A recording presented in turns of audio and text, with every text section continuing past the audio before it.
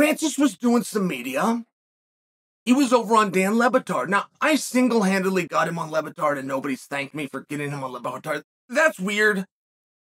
There's been a few weird things that have gone over there in terms of press releases and statements made and ideas that germinate with me.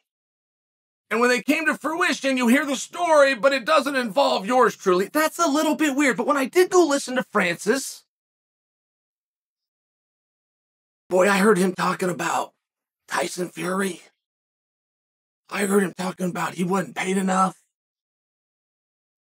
I heard him talking about wanting to go do some boxing. I heard him say that he was signed with the PFL. I was listening to hear who his opponent was going to be in the PFL. I was listening to hear, is he going to be part of the tournament within the PFL? I was listening to hear between Q1, 2, 3, or 4, does he plan to debut in the PFL? I was planning on hearing a list of likely suspects, possibly even a tournament that's going to play out in 2023, and the winner will be drawn into him for 24. A lot of different things. I don't know. It's not my job to know. It's just my job to listen, and I come back and I tell you guys what he said. But he didn't talk about any of them. As a matter of fact, Francis Ngannou used 90% of his interview to talk badly about the UFC.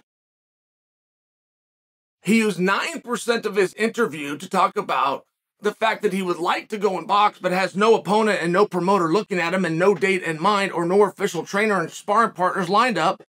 And he used 1% of it to mention that, oh, and by the way, for $2 million, I'm currently a product of the PFL. And I'm not bagging on him. I'm not. I mean, maybe it's because I personalize this.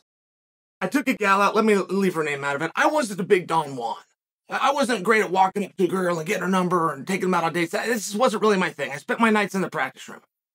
But I took this gal out, and she had recently come onto the market.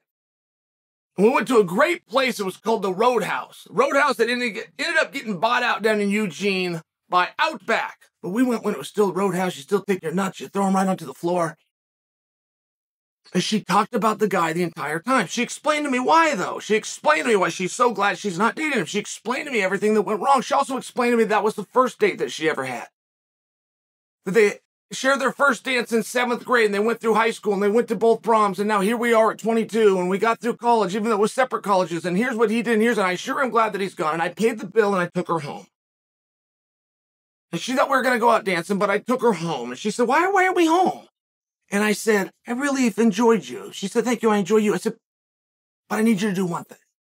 I need you to go inside, and I need you to call that guy back. You don't have to lie about where you were tonight. Tell him you went on a date. You can tell him it was with me.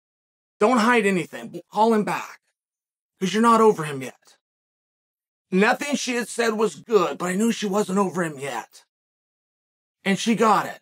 And I saw the twinkle in her eye as she disagreed, got out, shut the door, and walked herself inside. Okay. 16 years later, I met their 14-year-old daughter. So it's just one of those situations where when somebody keeps telling you they hate it, it's a thing of interest. And I've shared with you guys many, many times, hate is not the opposite of love. Indifference is the opposite of love. If you get asked about something and you are indifferent, you do not care. Left, right, go, stop, forward, back, you simply don't care. You now no longer love that thing. And I watched this entire Le Batard interview, which I entirely set up. And I don't have the foggiest idea of a plan or a direction. I don't know the sport that we were building. It would seem as though boxing would be the one we would be leaning towards, but we don't have a boxing match lined up. And the bad news with that is there was not a boxing promoter that lines you up with Le Batard. That was done by the PFL, so you kind of owe them to talk about, but you don't have a date, you don't have an opponent, you don't really have anything except for the UFC paid me a bunch of money, made me famous, got me great opportunities, and I decided it wasn't enough. Okay. I got it.